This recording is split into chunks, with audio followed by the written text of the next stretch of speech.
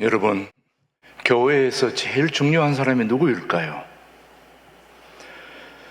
말씀 전하는 사람입니까? 제사장이란 말 여러분 들어보셨죠? 구약 시대에는 제사장이 직접 하나님과 독대해서 받은 말씀 또 받은 내용을 백성들에게 전하고 또 그렇게 하는 통로 역할을 했었는데, 예수님이 이 땅에 오신 이후로부터는 그 모든 것이 다 무너지고 누구든지 하나님과 직접 독대하고 바로 하나님과 대화로 기도하고 또 하나님의 말씀을 들을 수 있는 그런 길이 열렸던 거죠. 그래서 그것을 일컬어서 만인 제사장이 설이다, 그렇게 얘기합니다. 다시 말하면 나는 말씀을 전하는 제사장이고 또 여러분은 말씀을 듣는 제사장들입니다. 각자 역할들이 다 다른 거죠. 오늘 이른 아침부터 일부 찬양을 준비하는 그 모든 찬양대원들도 찬양의 제사장으로서의 역할을 감당하는 거죠.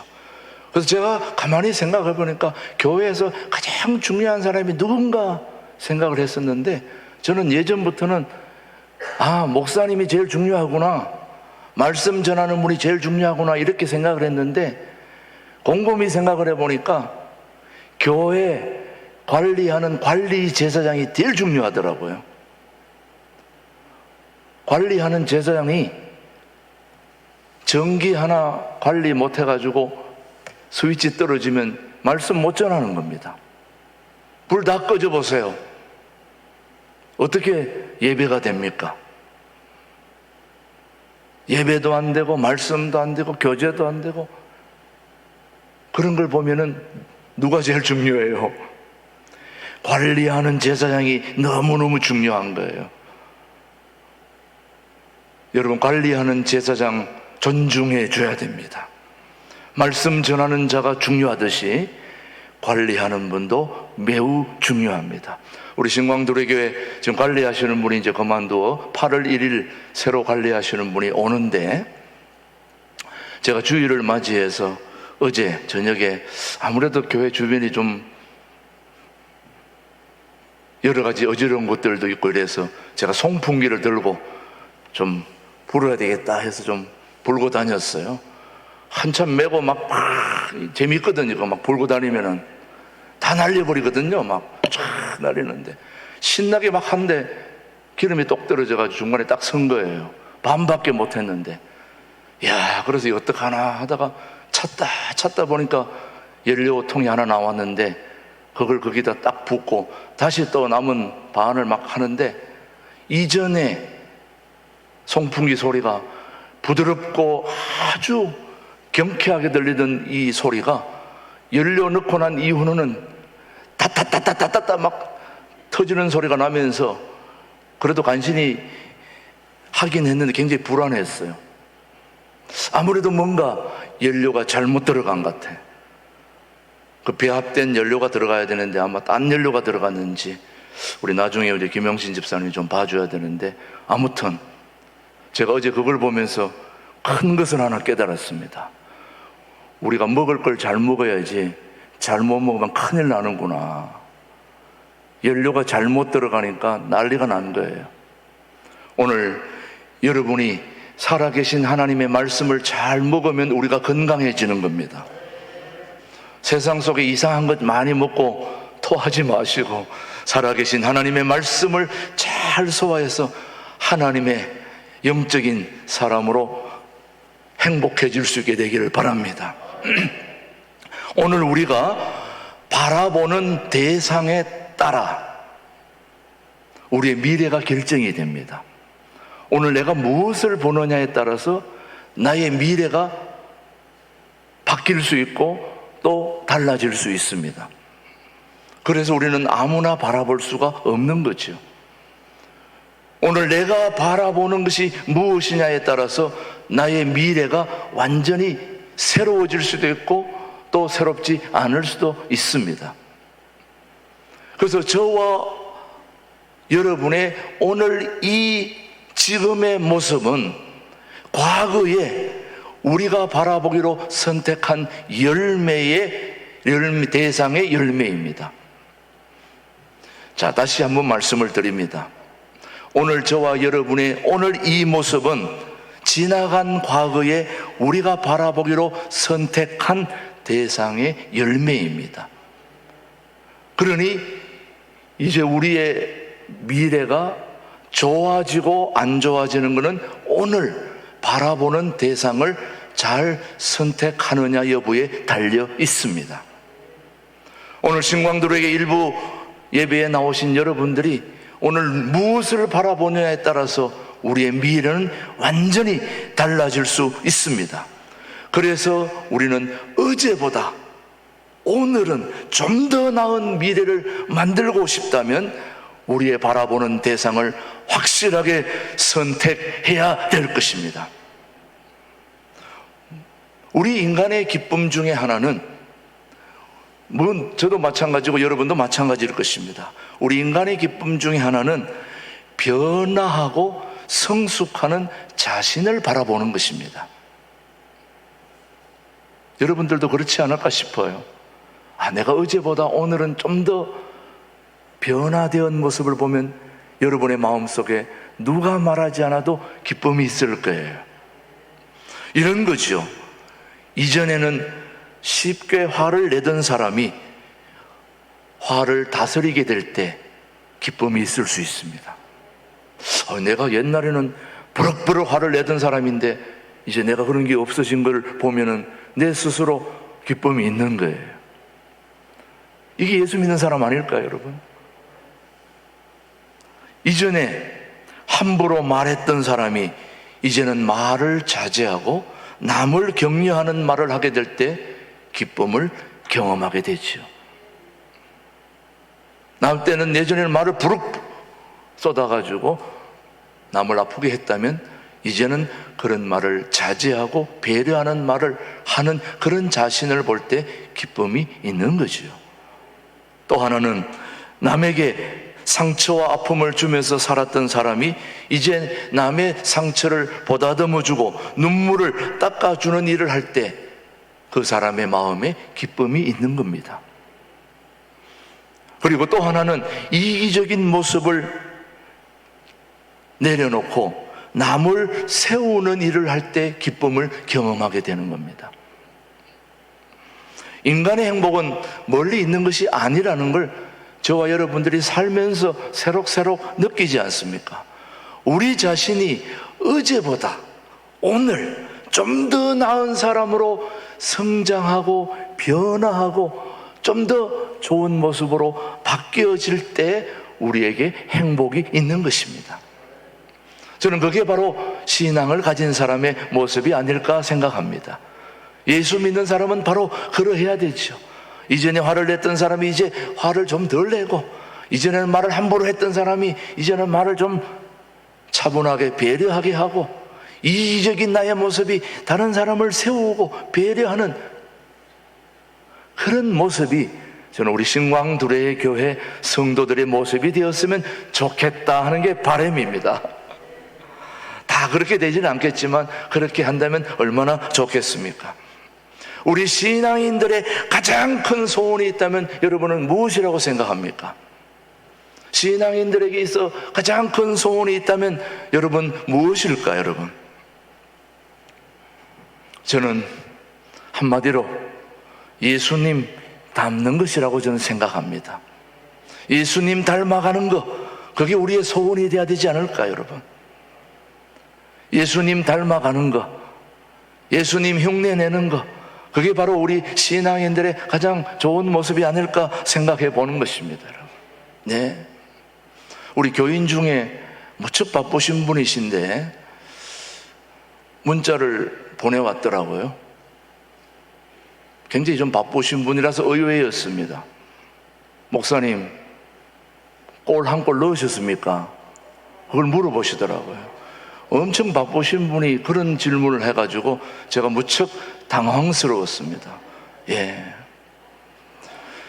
하나님은 저의 모습을 너무나 잘 알기 때문에 제가 한 골 내지 두 골 넣었으면 아마 저 입구에서부터 서서 제가 자랑을 하고 있을 텐데 그걸 너무나 우리 하나님은 잘 알고 계시기 때문에 코를 납작하게 하려고 한 꼴은 고사하고 죽다 살아났듯 간신히 기어왔습니다.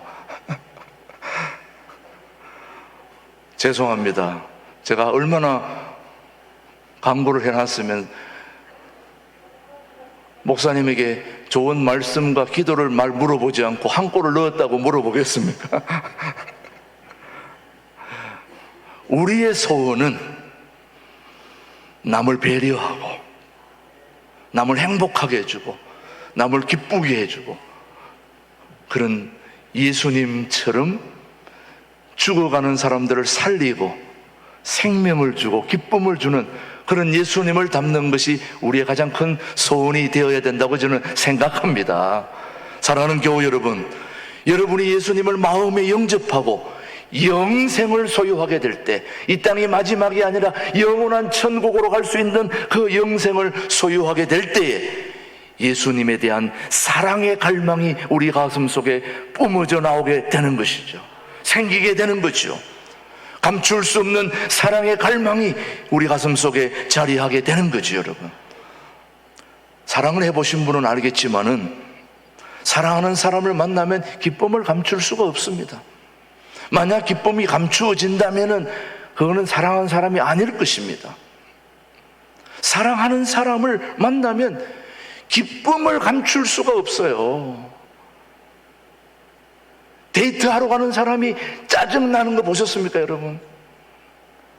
사랑하는 사람하고 영화 보러 가는데 얼굴이 짜증나 있는 사람 보셨어요? 얼굴이 어때요? 기쁨이 넘치는 거예요.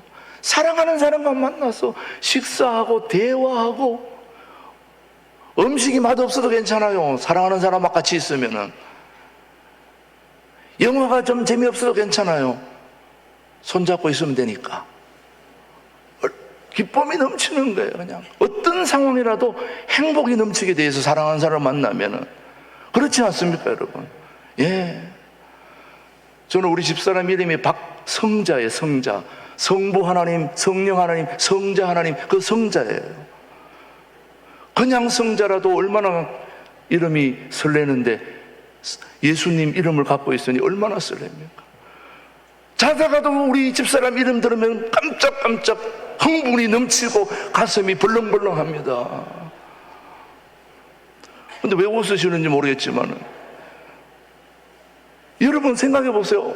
사랑하는 사람 이름만 들어도 가슴이 벌렁벌렁 해야 되는 거 아닙니까, 여러분? 우리 예수님 이름을 들으면 너무너무 행복해가지고 어찌할 수 없는 얼굴에 그 행복이 넘쳐나야 여러분이 예수 믿는 사람입니다. 그게 안 되면 예수 믿는 사람이 아니죠. 교회 나왔다 가는 사람에게 얼굴이 짜증이 나고 찡그리고 있다면 그거는 뭔가 잘못된 겁니다. 저 사거리에서 교통 신호 순경 말하자면 교통 정리하는 분에게 어떤 사람이 와가지고 혹시 제가 오늘 어디 교회로 가면 좋겠습니까? 물은다면 교통 정리하는 분이 예, 저 교회로 가시면 됩니다. 그 나중에 물어봤어요. 왜 이 여러 교회가 있는데 왜 저기 교회로 가라고 그랬습니까? 물었더니 그 교통 정리하는 분이 이렇게 얘기합니다. 저 교회 갔다 오시는 분들은 얼굴이 다 밝아요. 행복해 보여요. 그러니 제가 볼 때는 저 교회가 제일 좋은 것 같습니다. 다른 아무 이유가 없어요. 그 교회 갔다 온 사람은 얼굴이 행복해요. 우리 신광들에게 갔다 나온 사람이 얼굴이 행복해야, 얼굴이 행복하면 전도 안 해도 됩니다, 여러분. 웃고 다니시면 됩니다. 그러면 전도 되는 것입니다. 사랑을 감출 수가 없는 거죠. 기쁨을 감출 수가 없죠. 그렇다면 어떻게 예수님을 우리는 닮아갈 수 있을까, 여러분? 저는 우리 예수님 닮는 것이 우리의 가장 큰 소원이라면 예수님의 가장 좋은 모습을 닮아야 되는데 가장 성숙하고 아름답고 경지에 이를 수 있는 방법은 오늘 본문의 말씀을 여러분이 한번 보시면은 자, 우리가 시작. 우리가 다 수건을 벗은 얼굴로 거울을 보는 것 같이 주의 영광을 보매 그와 같은 형상으로 변화하여 영광에서 영광에 이르니 곧 주의 영으로 말미암음이니라. 예수님을 닮는 방법은 예수님을 바라보는 것입니다. 수건을 벗은 얼굴로 우리 주님을 바라보는 것이 예수님을 닮는 것이죠. 바울이 말합니다. 우리가 주의 영광을 보매 저와 같은 형상으로 변화되어 영광으로 영광에 이른다, 그렇게 얘기하고 있습니다. 예수님 닮는 방법을 예수님은 바라보는 것입니다. 어떻게 닮을 수 있을까? 바라보다 보면 닮아요. 그래서 여러분, 부부가 서로 뭐 했다고 그래요? 닮았다고 그러잖아요. 원래 처음에는 너무나 다른 사람이 만나는데 한평생 살다 보면 얼굴이 비슷해져 있어요. 서로 뭐 했다는 겁니까? 닮아졌다는 거예요. 서로 바라보다 보니까. 우리가 주님을 계속 바라보다 보면 주님을 닮게 되는 거지, 여러분. 근데 어떤 면을 바라봐야 될까? 물론 예수님의 전 존재를 다 바라보아야 하겠지만 우리가 예수님을 닮는 방법은 성경을 통하여 닮아가는 것이 가장 복된 것이긴 하지만은 그 중에서도 어떤 면을 바라보아야 되는 것은 우리가 좀 생각을 해봐야 되는데, 첫 번째, 예수님의 성품을 바라보고 닮아야 합니다. 예수님의 뭐라고요? 성품. 성품이라고 하는 것은 한마디로 인격을 말하는 겁니다. 예수님의 성품을 얘기하는 것은 예수님의 인격을 말하는데, 예수님의 인격을 바라보고 인격을 닮아야 우리가 행복해질 수가 있기 때문입니다. 자, 성품은 성향과 같습니다. 나무를 심을 때 그 나무가 맺게 되는 열매가 바로 성향입니다.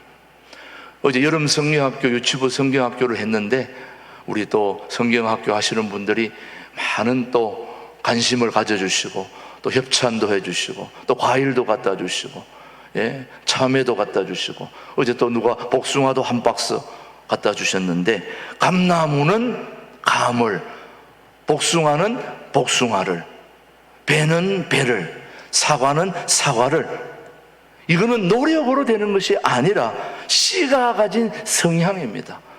복숭아를 심었는데 사과가 열렸다, 배를 심었는데 참외가 열렸다, 이거 말이 안 되는 거죠. 감나무는 감나무 씨를 심었으면 감나무, 배를 심었으면 배를, 복숭아를 심었으면 복숭아가 열리는 게 바로 씨가 가진 성향입니다. 그러니 우리가 예수님의 성품을 바라보면서 닮으면 우리에게서 예수님의 열매를 맺게 되는 거죠, 여러분. 우리가 예수님을 바라보는데 우리한테서 마귀의 열매가 맺어진다는 건 있을 수 있는 일입니까? 없는 일입니까? 저는 우리 신광두레 교회 교우들이 예수님을 바라보는데 예수님의 성품, 인격을 바라보면서 인격을 닮아가지고 예수님의 그 인격의 냄새를 사람들에게 풍길 수 있게 되기를 바라는 거죠. 마태복음 7장 16절은 우리에게 나무는 그 열매를 보고 안다고 그랬습니다. 자, 한번 보십시다. 시작. 그들의 열매로 그들을 알지니 가시나무에서 포도를 또는 엉겅퀴에서 무화과를 따겠느냐. 이와 같이 좋은 나무마다 아름다운 열매를 맺고 못된 나무가 나쁜 열매를 맺나니, 좋은 나무가 나쁜 열매를 맺을 수 없고 또 못된 나무가 아름다운 열매를 맺을 수 없느니라. 예, 우리가 예수 믿는 사람으로서 어떻게 사탄의 열매를 맺을 수 있겠습니까? 그럴 수 없는 거죠, 여러분요. 오늘 저와 여러분은 예수님의 성품, 인격을 바라보고 있으니 분명히 예수님의 성품, 인격을 닮았기에 인격의 열매를 맺을 줄로 믿습니다. 그런 열매를 맺는 여러분들이 되시기를 주님의 이름으로 축복합니다. 두 번째는 예수님의 지혜를 바라보시고 지혜를 닮아야 됩니다. 자, 지혜가 무엇냐? 지혜는 분별력입니다. 우리가 이 혼란스러운 세상에 살면서 분별력보다 더 중요한 건 없습니다. 이게 하나님으로부터 온 것이냐 마귀로부터 온 것이냐 하는 분별력 너무너무 중요합니다. 사업을 하시는 분은 분별 잘해야 됩니다. 이것이 가짜인지 진짜인지 분별하는 것보다 더 중요한 건 없습니다. 그 분별력이 바로 지혜인 것입니다. 지혜. 성공 실패는 분별력에 달려 있습니다. 잘 분별하면 성공하는 거고 잘 분별하지 못하면 실패하는 겁니다. 분별하는 게 얼마나 중요합니까? 그게 바로 지혜입니다. 지혜. 그 다음 지혜는 핵심을 간파하는 능력입니다. 모든 일에 매사에 핵심이 다 있습니다. 그 핵심을 간파하는 능력이 뭐라고요? 지혜입니다. 그 지혜를 누가 가지고 있느냐? 예수님이 가지고 있다는 거죠. 그리고 지혜는 지식을 활용하는 능력입니다. 아무리 지혜가 있어도 지식이 있어도 지혜롭지 못하면 그 지식이 아무 소용이 없어요. 많이 배우신 분들도 지혜가 있어야 그 지식을 잘 활용하게 되는 것입니다. 아마 여러분 주변에 많이 보셨을 거예요. 아니 저분은 저렇게 많이 배우신 분인데 지혜롭지 못해. 아니 저분은 초등학교도 안 나오셨는데 너무너무 지혜로워. 대학 나온 사람보다 더 멋져. 이런 얘기 많이 들어보셨잖아요, 여러분요.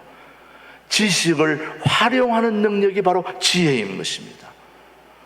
그리고 지혜는 문제를 해결하는 능력입니다. 엄청난 문제가 있는데 어떤 사람은 그 문제를 와서 해결하는데 어떤 사람은 문제를 더 만듭니다. 저는 우리 신광두레 교회 교우들은 어디를 가나 문제를 해결하는 일에 중심에 서 있게 되기를 축복합니다. 그게 바로 뭘로 가능하다고요? 지혜입니다. 근데 그 지혜가 어디 있느냐? 골로새서 2장 3절 말씀 한번 보십시다. 시작. 이는 그들로 마음의 위안을 받고 사랑 안에서 연합하여 확실한 이해의 모든 풍성함과 하나님의 비밀인 그리스도를 깨닫게 하려 함이니. 골로새서 2장 3절인데 지금 저 성경은 조금 이게 잘못 기록이 되어 있는데 잘못 기록이 되어서도 읽으면 지혜가 되는 거니까 읽고 그 내용은 이렇습니다. 그 안에는 지혜와 지식의 모든 보화가 감추어져 있느니라. 누구 안에요? 예수님 안에.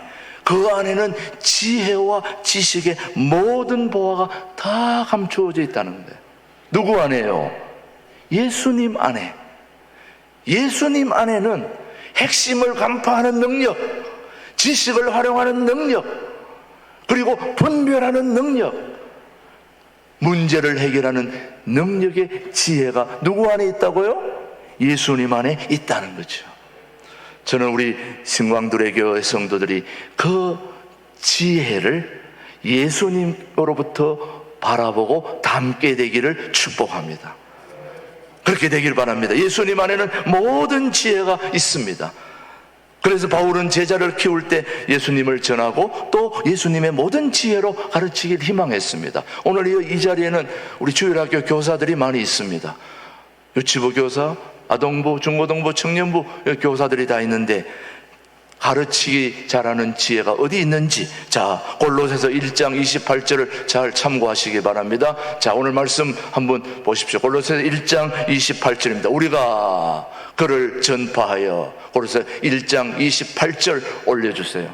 자, 골로새서 1장 28절. 자, 없으면 자 1장 다시 제가 읽어드릴게요. 됐습니다. 우리가 그를 전파하여, 시작. 우리가 그를 전파하여 각 사람을 권하고 모든 지혜로 각 사람을 뭐한다? 가르침은 각 사람을 그리스도 안에서 완전한 자로 뭐한다? 세우려 함이니.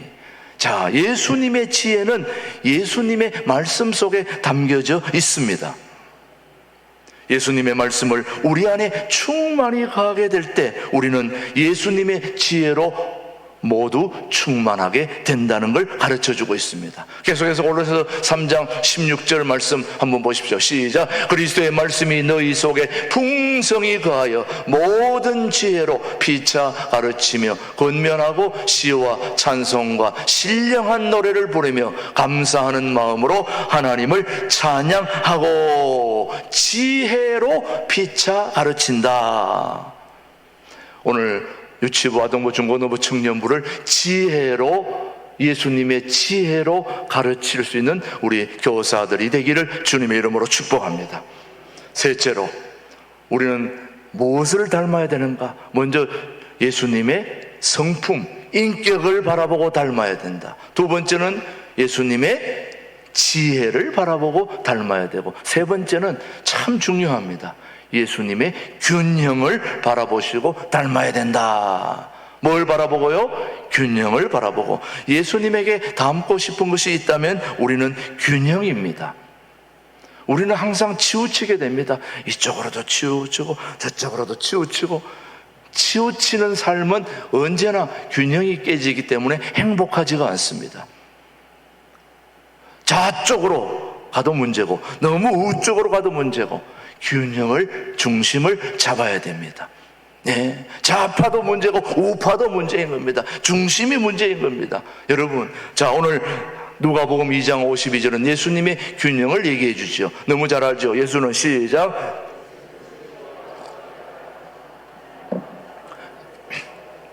다시 한번 봅니다. 예수는 지혜와 키가 자라가며 하나님과 사람에게 더욱 사랑스러워 가시더라. 자, 예수님에게 지혜가 자라는 것은 지식의 성장이죠. 키가 자라는 것은 몸의 성장이죠. 하나님에게 사랑스러워 간다는 것은 영적 성장이죠. 사람에게 사랑스러워 가시는 것은 사회적 성장이죠. 그러니 지식의 성장, 몸의 성장, 영적 성장, 사회적 성장, 한마디로 균형이 잡힌 분이 우리 주님이십니다. 예수님이십니다. 그러니 우리는 예수님을 바라보고 뭘 배워야 된다고요? 균형을 배워야 된다. 그래서 예수님의 생애는 한마디로 균형입니다. 균형. 그래서 어린 양이면서도 동시에 사자이셨고, 또 어린 양처럼 순결하면서도 사자처럼 용맹하셨던 분이 우리 주님이셨습니다. 우리 주님은 싸워야 할 때는 싸우셨고, 논쟁해야 될 때는 논쟁하셨던 분이 우리 주님이십니다. 우리 신앙인들하고 다 착해야 되는 게 아닙니다. 불의를 볼 때는 강함하게 일어서서 싸워야 됩니다. 그러다가도 연약한 심령들을 만날 때는 그들을 위로하고 격려하고 불쌍히 여기고 그들을 세워야 하는 것이 우리들인 것입니다. 그게 바로 주님으로부터 받는 균형입니다, 여러분. 예수님은 좋은 말만 하신 분이 아니에요. 하나님의 성전, 만민이 기도하는 집, 만민이 예배드리는 장소가 훼손되고 잘못될 때는 욕을 하셨어요. 이 독살 자식들아, 이 놈들아, 쌍시옷 넣어가지고 너 놈들아, 예수님이 욕을 했어요. 그러나 우리 예수님이 아무 때나 그렇게 욕하시는 분이 절대 아니지 않습니까? 불의를 볼 때는 그렇게 하지만은 또 연약한 자들, 힘없고 또 연약한 사람들을 만날 때는 그들에게 한없는 용기와 위로와 힘을 주시는 분이 우리 하나님이시죠. 그런 균형을 우리 주님으로부터 배워야 된다, 이 말씀이죠. 사랑하는 교회 여러분, 그래서 요한복음 17장 4절은 우리에게 말씀합니다. 시작. 아버지께서 내게 하라고 주신 일을 내가 이루어 아버지를 이 세상에서 영화롭게 하여 싸우니. 예수님의 성품과 성취의 균형을 이루셨는데, 예수님의 관심은 하나님의 맡기신 일을 이루는 데 있습니다, 여러분. 하나님이 자기에게 맡겨주신 일, 예수님은 하나님께서 아버지께서 맡겨주신 일을 잘 감당해서 하나님을 영화롭게 하는 일이 예수님의 역할인 것입니다. 마찬가지 저와 여러분이 균형 잡힌 삶을 통해서 하나님께 영광을 돌려야 될 줄 믿습니다. 사랑하는 교회 여러분, 어제보다 오늘은 조금 더 나은 변화의 사람이 되기 위해서는 바라보는 대상을 확실하게 선택해야 되는데, 우리는 두말할 것도 없이 인격과 성품이 확실한 예수님, 모든 지혜를 소유하신 우리 예수님, 균형을 잡고 계시는, 어느 쪽으로도 치우치지 않고 우리 삶을 온전하게 전인적으로 이끌어 가시는 그런 주님을 우리가 닮아서 어제보다는 오늘이 좀 더 나은 변화의 삶을 우리가 살아갈 수만 있다면 우리 모두가 행복하지 않겠습니까? 그런 행복의 삶을 살아가는 우리 신광두레교의 교우들이 되기를 주님의 이름으로 축복합니다. 기도하겠습니다. 하나님 아버지, 감사합니다. 어제보다 더 나은 변화의 사람으로 살기를 갈망하고 다짐합니다. 주님을 바라보고 주님의 인격을, 주님의 지혜를, 주님의 균형을 닮아 우리 하나님을 영화롭게 하는 일에 쓰임받기를 원하오니 인도하여 주시옵소서. 예수님의 이름으로 기도드립니다. 아멘.